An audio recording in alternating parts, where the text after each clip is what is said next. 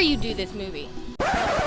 Oh god, not another one. How can you do this movie and not invite me to do it with you? First that Dan guy came, and now you. You should pay for not inviting me to the voiceover. Wait, we can handle this diplomatically. Take this, and this, and this! Ow. Dud.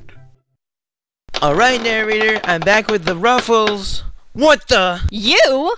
Me? I knew it was someone else who made these videos. Pretty much. I'm the guy who writes and edits these videos. If you do this video with me, will you promise to never bother me or my narrator ever again? Sure. Well then, let's do this turd.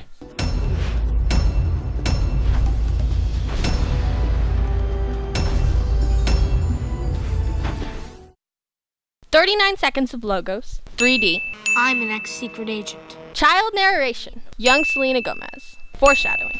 If this road had cars, Junie would have been toast. Discount GameStop. The fact that Sylvester Stallone sold his soul to this movie. I'm guessing the city is devoid of cars during the winter. Just grab the money, you idiot. Gertie went to the Raymond School of hovering with your hair. The only tribe worth belonging to is the one that you're born into. Yeah, you're family, but remember one thing. Everyone's your family. Except for strangers, hobos, politicians, or Obama. Hello, Junie. Weren't you already running the country when you were head of the O.S.S? I wanted the world to know that I was in charge, so I became president of the United States. You wanted to be famous, so you became the president of the United States, cuz... America! This driver drives like he's on a curvy road, but he's literally driving down a straight hallway. Taking Agent Cortez to games and theory. But hey, that's just a theory. A game theory! These hexagonal wall cubicles pose a safety hazard. I'm telling you, someone will get hurt from falling from those things. Once plugged into the game, parents won't even be able to get their children's attention. Once you get through the game, your mind belongs to the toy maker. There is something called unplugging the game's power. Or is this like Sword Art Online without all the cool action sequences? We sent her inside to shut down the game, but she disappeared. Her mind's still in the game. Why would she even go in there without any backup? Because her first and only choice wouldn't answer our calls. So she decided to go alone. I thought S.O.S had more child agents in their organization. Couldn't she wait for another agent to go with her? That's dumb, for the kind of threat she's up against. Help her shut down the game in 12 hours, or it's game over for everyone. 12 hours? That's a generous amount of time for someone to stop you from your youth enslavement. You're being sent into a zero-gravity chamber alongside Carmen. That should give you a competitive edge. How does zero-G give you a competitive edge in a video game? I'm no science expert, but wouldn't relaxation of the muscles lessen your competitive edge? I'm just gonna say that zero-G doesn't work well for gaming. In order to enter the game, you need to go stupidly fast to your game chamber? Got it. In this part of the game, the graphics and aesthetics are terrible, even for 2003 standards. No, I'm serious. There are plenty of games that came before this movie that look way better. Even certain N64 games look better than this.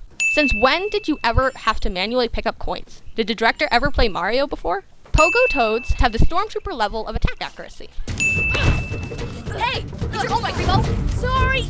I thought you were a toad! He's obviously not a toad. You need to come up with a better excuse, Junie. Well, here's a lesson you won't soon forget. Francis is a noobs. What happened to my 12 hours? Time flies when you're playing games. Okay, I have to call BS on this scene. Junie has been in the game for around 5 minutes. There is no way he lost 7.5 hours of time. You can't lose that much time from 5 minutes of gameplay. Discount young David Henry. Seriously, this movie reminds me of Disney shows that would make for better movies. Oh wait, Arnold rips apart currency that could be used in the game's economy, if it actually had one. Still, Arnold is a See that target? Hit it, you'll bounce straight to the moon. If that target didn't walk into the scene, Rez would be awkwardly pointing at nothing. This moon landing is so realistic to the point that it's not. Instead of selecting a more athletic person like Machete, Junie picks the eldest, least physically capable person in his family. Are you kidding me? Either the toy maker is the worst game designer in existence, or this movie changes its rules every other minute. How did they get Valentine in the game so fast? Was he napping somewhere at HQ? Convenient power-up is convenient. Valentine abandons his grandson for a butterfly? What an a**hole. White Suit Boy leaves in the shot, but spontaneously appears again a few seconds later. How come Junie's robot is designed like normal, while Dimitro's robot is overtly sexualized? Hi, I'm Junie. There is a noticeable delay between Junie's hand movement and his robot. Character cracks her knuckles to prove she's not fooling around, cliché. Character falls for the thrown over the shoulder move, cliché. These audience graphics. So slowly bumping into a wall takes 2 lives away, yet dropping from several stories above takes 1 life? Got it.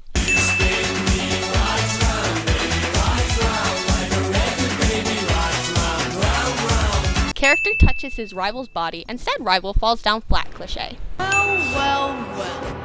For a kid that doesn't know how to fight, you sure know how to fight. For someone who doesn't know how to do said thing, you sure know how to do said thing, cliché. This game is incredibly discriminatory towards newbies. The director likes Stallone so much, he thought 3 unfunny clones of Stallone would be funny. Character walking in front of a poster signifies his importance, cliché. AMD. If we find the guy, he'll lead us through the unwinnable level. Hey, just because he made it at a Robocon in One Piece doesn't mean he's the guy. How do you know this exactly? You weren't there when that happened. This conversation requires the removal and replacement of my glasses. This race will tell us if you're the guy. If you are, you can hang with us. But if you're a phony, Arnold will crush you. Arnold is a to the person he flung off that vehicle. We'll try to help you out as much as we can. That's an obvious lie considering what happens later in the race. The race will begin now. 1, 2, 3, go! That started way too fast. Mega Race rips off every sci-fi race in existence. But to be more specific, F-Zero. Easy as fuck. Junie, push the red button. The one that says, do not push? Yeah, push it. It's a turbo boost. Are you sure? Yeah. Junie falls for this. What? Video game or not, Junie breaks the laws of physics. Grandpa X Machina. Also, the vehicle in this shot is different from the one Valentine drives in the next shot. AMD again. Movie rips off the gameplay from Star Wars Episode 1 Racer. Cool shot, I guess, but the toy maker should have put a sign saying that Junie had to go down there.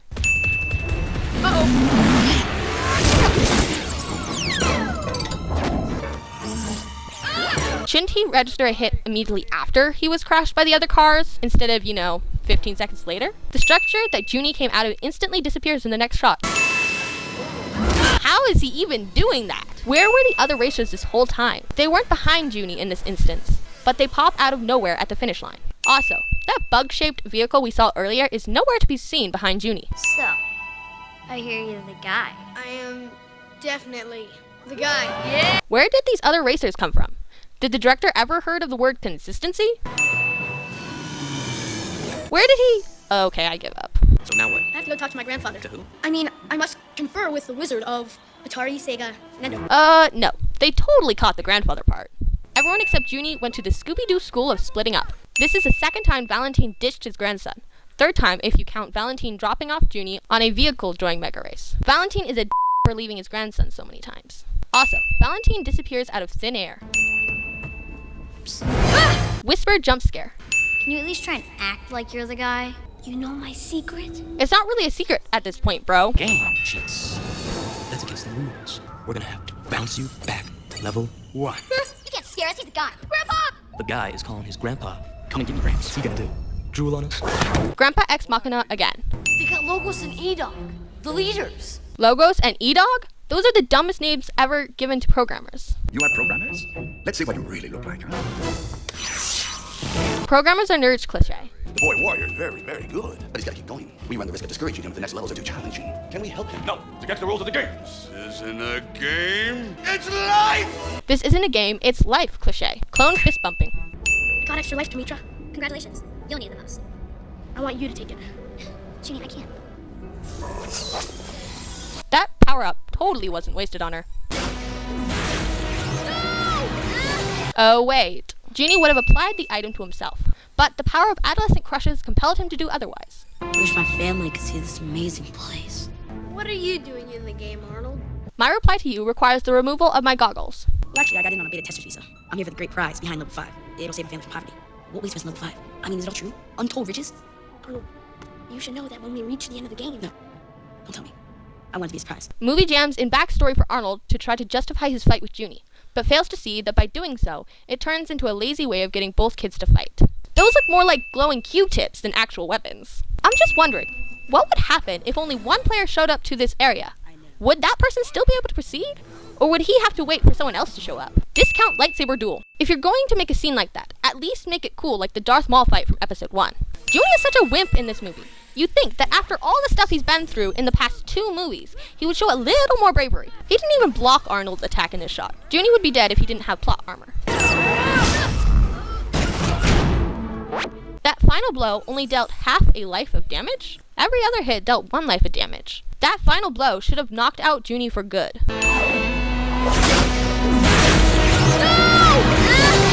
Shouldn't you dematerialize after you fall a few meters down? Where was Valentine this whole time?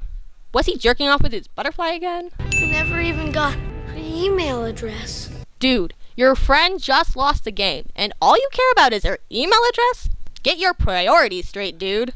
Don't fall in love with the game, Junie. Later, we learned that Demetra is actually an AI of this game.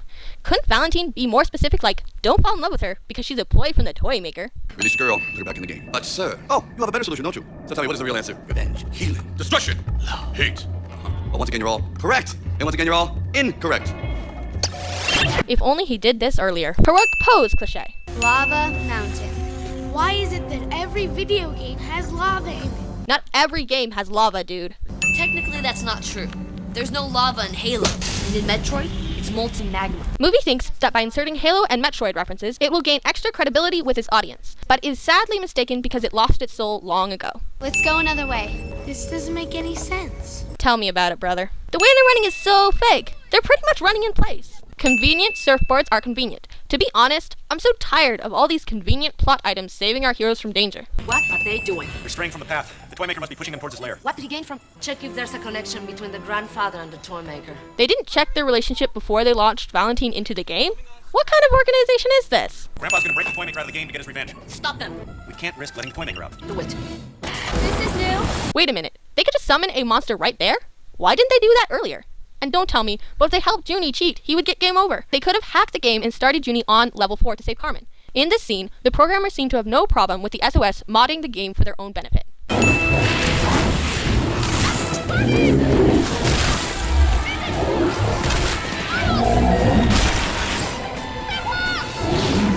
Thanks for the roll call, Junie.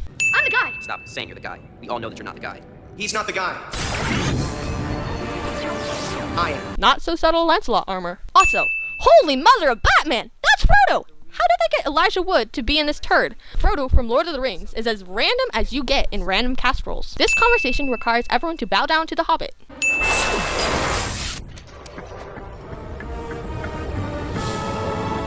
Cake. Cake? That's it? If you're going to say something like that, at least say piece of cake, since that sounds way better than just saying the word cake.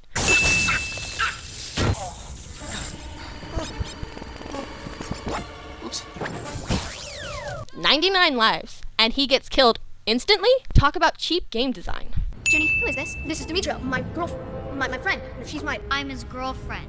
Girlfriend? Junie and Demetra never formally declared themselves as boyfriend/girlfriend. They only knew each other for a few hours. They're just kids beginning to know each other at this point. She set you up, Junie. Sorry, gal, but there can only be one girl who can be the heroine of this movie. Also, Hero's friend turns out to be working for the bad guy all along, cliché. Okay, where were you this whole time? Valentine has popped in and out of the story so many times, I stopped keeping track entirely. Digital tier. These monkey bots sure are taking their time getting to the team. Junie and Valentine mirror how the audience felt after taking off their 3D glasses. Cortez, are these the boys that were in the game with you? It looks like they came out of a Disney sitcom from the early aughts. What switch did you hit exactly? There were two switches side by side. One switch shuts down the game, but the other releases the toy maker. Did you free the toy maker by accident? Oh, I freed the toy maker, but it was no accident. I know I keep saying this, but Valentine is such an in this movie. Releasing the toy maker adds another check off of Valentine's list of being an See? I told you those hexagonal cubicles were a bad idea. How does wearing 3D glasses allow you to see invisible monkey bots? Mr. Cortez, your children called. Some sort of emergency? Mr. Cortez knocks his equipment for no reason except for making a cool shot. Character throws away his glasses to make himself look cliché. Overdramatic pose is overdramatic. The filmmakers were so lazy, they reused the same background 3 times. The number of monkey bots here imply that an epic battle is about to occur. But all we get is a lame final battle. Wasted potential, to be honest. Am I the only one terrified of Minion's head of heads? Also, does Minion really need 4 individual glasses for his 4 heads? For a movie about kids as spies, monkey robots, and gimmicky 3D, this flying pig is the most surreal thing in the movie.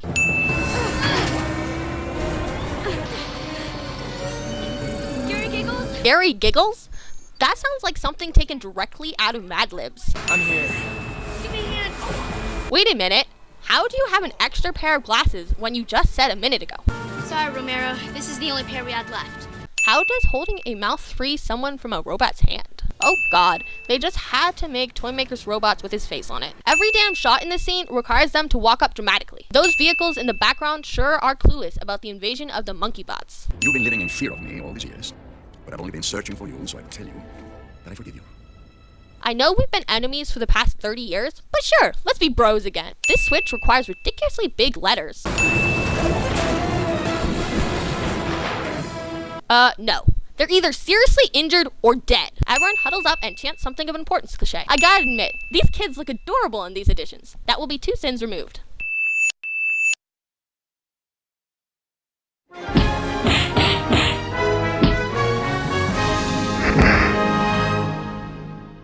We will now sin for every moment 3D is thrown at our faces. Let's go!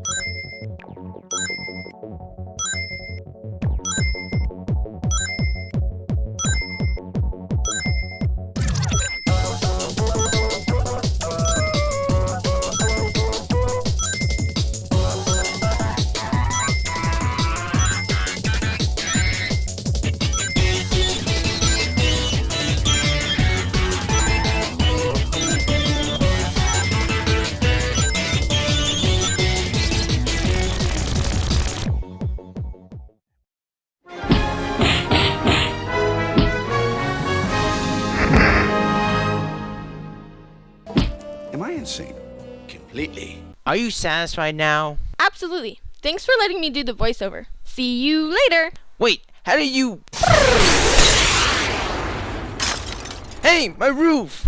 That girl is crazy. Tell me about it. I need to install better security in this room. That reminds me, where were you when I was rudely interrupted? I was doing, stuff. You're lucky I'm still your voice guy. Otherwise, I would have quit a long time ago from poor room security. Will I still voice your next EWW video? Yes. After we're done recording, I'll upgrade this room security and treat us to some Mickey D's. Sounds fair enough. Thanks for watching. Special thanks goes to Rita for providing her voice. Be sure to subscribe for future videos. One more thing, we're not doing the other Spy Kids films. One film in the series is good enough for us. Did you also know that I have a Tumblr blog? Click on the link in the description to see my production blog, The Lover of Green blog. Also follow me on Twitter at The Lover of Green. Remember, no voiceover guys were injured during the making of this video. Except for one.